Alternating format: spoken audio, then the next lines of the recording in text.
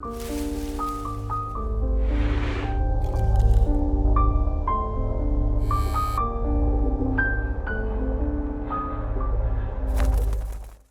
guys, it's Merce. Welcome back to Harpies in the Trees, where I review horror books with a supernatural focus. In today's video, I'm going to be reviewing 3 books that I read for my October reads. Junji Ito's Cat Diary, Yawn and Mew. Charlotte Says by Alex Bell. And Code Red by R. St. Clair. You probably know better as Regina's Haunted Library. And I also have one Audible book, The Halloween Tree. Before we jump into these, just a quick note. For Halloween, I will be doing a wrap-up of everything that I read and ranking it for the spooky season. I didn't plan anything special this year because it was just too crazy. But this month has been really good for me reading-wise.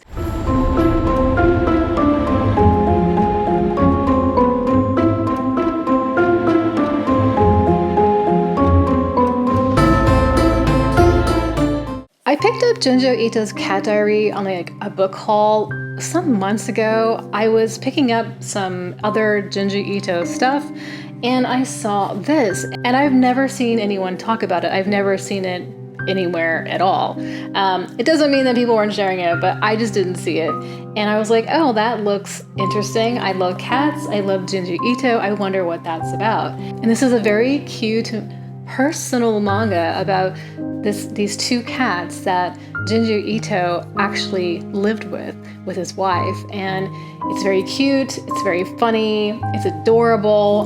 The illustrations alone are just fantastic.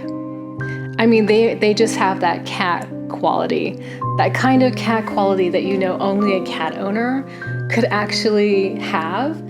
And there's a bunch of little short stories in here. Some of them are about how Ito is kind of afraid of this cat Yawn, who him and his wife end up adopting from her parents. And the reason why he's kind of scared of this cat is because it has this kind of scary ghostly face on the back, and he calls it the cursed cat, It's real funny. And it talks about how eventually he gets won over by this cat. And there's also questions here that are, I don't know who's asking them, but just questions about Junji Ito's life and his wife and his cats and all that kind of good stuff. And there's also photographs so that you can see the real Yawn and Mew here. So you can see that he actually has this ghostly face on his back. This is Mew over here. It's very cute. Was it scary? No, it's definitely not scary at all. It's not even creepy, honestly, but it's really, really, really cute. And fun fact, this cover actually glows in the dark. I thought it was really funny, in the back of this book it says, "Hell, kitty." There's a lot of humor in here. So I really enjoyed this. My boyfriend enjoyed this. We read it together, actually. If you have always been curious about Junji Ito, but you were too scared to get into his other, more serious work, this would definitely be a good one for you. And of course, anyone else who likes Ito and loves cats, you're gonna love this. So I gave this 5 out of 5. And not spooky, though, at all. It's definitely not spooky. But a really fun read. So the next one I read was Charlotte Says. This is the prequel to Frozen Charlotte. And this is a spooky, haunted doll, supernatural YA horror. And it is really good. If you don't really like to read YA because you prefer your horror to have a bit of more of a bite to it, then I think you will like this. So this story takes place in the early 1900s. It has everything I think you would want in a haunted doll type situation. You have a young woman, she's 17, she comes to this all girls school kind of in the middle of nowhere in a small town by the sea, of course, and she takes this position of an assistant teacher, and she finds herself in a situation where the headmistress is just, and all of these kids are just terrified of her, and the girls that are there are kind of unique because they all come from different difficult backgrounds. Some of them were homeless, some of them were abandoned by their parents, some of them had bad behavior that got them kicked out of all these different types of places. So this is sort of the last resort for a lot of these girls. The main character's name is Jemima, and she has a different type of outlook on how you should run a school and how you should treat children, which is like with kindness, and this is, so she's really shocked, but she is in a situation where she doesn't have any other options. There's something about Jemima. She has some kind of dark secret that has put her in this position of having to be in a place like this and take this job that she feels is pretty horrible. As soon as Jemima sets foot in this school, weird things begin to happen. And all of these weird things begin to culminate in different tragedies and things that happen that are really doing a number on her because there's something familiar about this. So I don't want to tell you anything more about it, but I enjoyed it. I thought it was really good and really fun. Like, I binged this pretty quickly. It's easy to read. I will give you a warning, there is a scene of animal cruelty, but it is very short. It is not gratuitous, and it's there to, be horrifying, to be this factor that's like chilling. So it's very short though. The situation about Jemima is really intriguing, like why she has her secrets and what has, forced her to take the path that she's taking. I think the story is very unique, and I actually like this one a little bit better than Frozen Charlotte, which I thought that one was good too, but this one was different. It had a little bit of a different depth to it, so I really enjoyed it. And also too, in the story, there's the Frozen Charlottes, which are the haunted dolls. It's a lot of doll action. I just feel like it gave me everything I wanted. It's in the Victorian period. It's in this old school. It's like you have these kids and dolls and supernatural things going on and secrets on secrets. It was fun. And I gave this one a 5 out of 5 too. Code Red by R. St. Clair. Now, you guys know I'm not a fan of vampires. And if you think these are vampire fangs, you are so wrong. These are demon fangs, as I try to make my boyfriend understand, demon fangs. But I'm not a vampire person. I don't read a lot of vampire stuff. It's pretty, every so often I do, but it's not what gets me excited. But this one doesn't really have a very traditional vampire situation. I won't tell you anything more than that, but it was very cool. And there were a lot of you in my comments that were saying, oh, this book was so good. I enjoyed it so much. And so that kind of piqued my interest a little bit, even though I think the premise alone is so cool. And because mainly it takes place in a insane asylum, which is like one of my favorite settings in the whole entire world. And I haven't been able to find a lot of books that have the insane asylum setting. So I'm always just completely hooked just by that premise alone. But this story is fantastic. Let me tell you about it. So this story takes place in a very small town in the Appalachians, and the cast of characters is really funny and really cool. So we have 19-year-old Bobby Jean, who, she's a homegrown gal, and she's working at the Wormwood Asylum, which is this private institution that mostly teenagers and young adults are admitted to help them with their mental health, like depression, anorexia, things like that.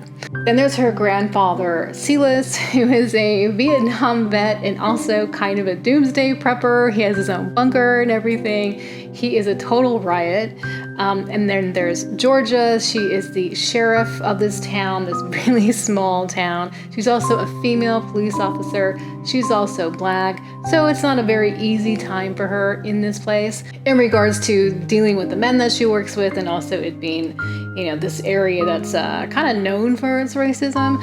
So we get to meet her, and those are our three main characters in the story. So Bobby Jean works as a candy striper in this institution, but one day she is bitten by one of these patients who is in there for a very rare type of illness, which is Renfield's syndrome. And this is when the patient believes that they are a vampire and they need to suck some blood. And this sort of sets off a series of kind of weird events that begin to happen. So Georgia and Silas actually band together and make this very unlikely duo, and they face head on like a lot of stuff that's going down. And it's really cool. Like, these two characters together are probably like one of my most favorite character duos that I've read in a really long time. It was just really fun because like Silas is like, I don't know, in his 70s or something. And, you know, Georgia's maybe in her 30s or 40s. And I think it's pretty rare when we get to see characters like this in that age bracket being a really big part of a story. And what I like too is like the characters had a really good rapport with each other. Don't let the cover fool you. It's not like a super serious vampire book. It has a lot of humor to it, but it also has a lot of creepy moments. It has a lot of action, and like I said, a lot of humor. So it was just so fun to read. And this is another one that I binged and just really enjoyed it. There was a little tiny like flavor like in the back where it kind of made me think of V.C. Andrews. And I don't know if it was because, I mean, I used to love V.C. Andrews, so I read all that stuff back in the day, and especially about Bobby Jean, who like had all of these dreams but felt very trapped in her home life because there really was no opportunity or any options there.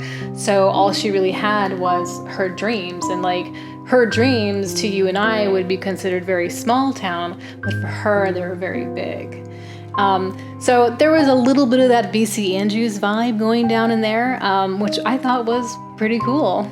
I really liked the ending to this too. It had a little hint of like something. I won't tell you what it is. It's touched upon like so quickly, like it's just a few words, and I was like, okay. So I gave this one 5 out of 5 too. I don't really binge books that often. It really has to grab me, which reminds me. So I added this one to my October reading list very late in the game. I wasn't planning on taking anything out, but I think I'm going to be holding off on this one. I started reading it and I don't know if I was just tired, but I read 45 pages and I just could not get interested. I don't know what it was. It wasn't that it was bad or anything. I just really didn't care about the two characters, like the dad and the daughter. I mean, up until 45 pages. Like maybe it gets better and maybe it changes, which is why I'm not gonna DNF it or anything. I will just hold off on it. But yeah, so this one's coming out of the group and it was replaced with this one, which I think was a good call. Because if there's nothing worse in the world, it's reading something that you're not enjoying, and this was dang fun. The Halloween Tree. I also listened to that book on Audible, and wow, so cute.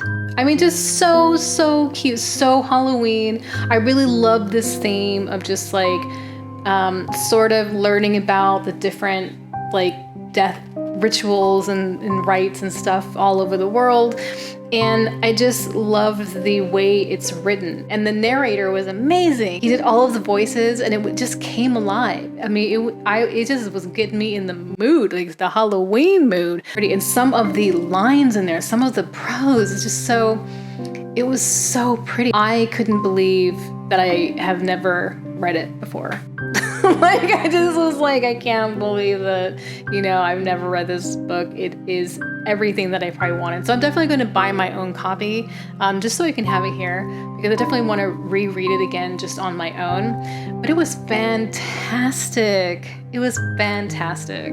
Again, 5 out of 5. Like, I'm just giving away 5s today. I still have 3 more books to read.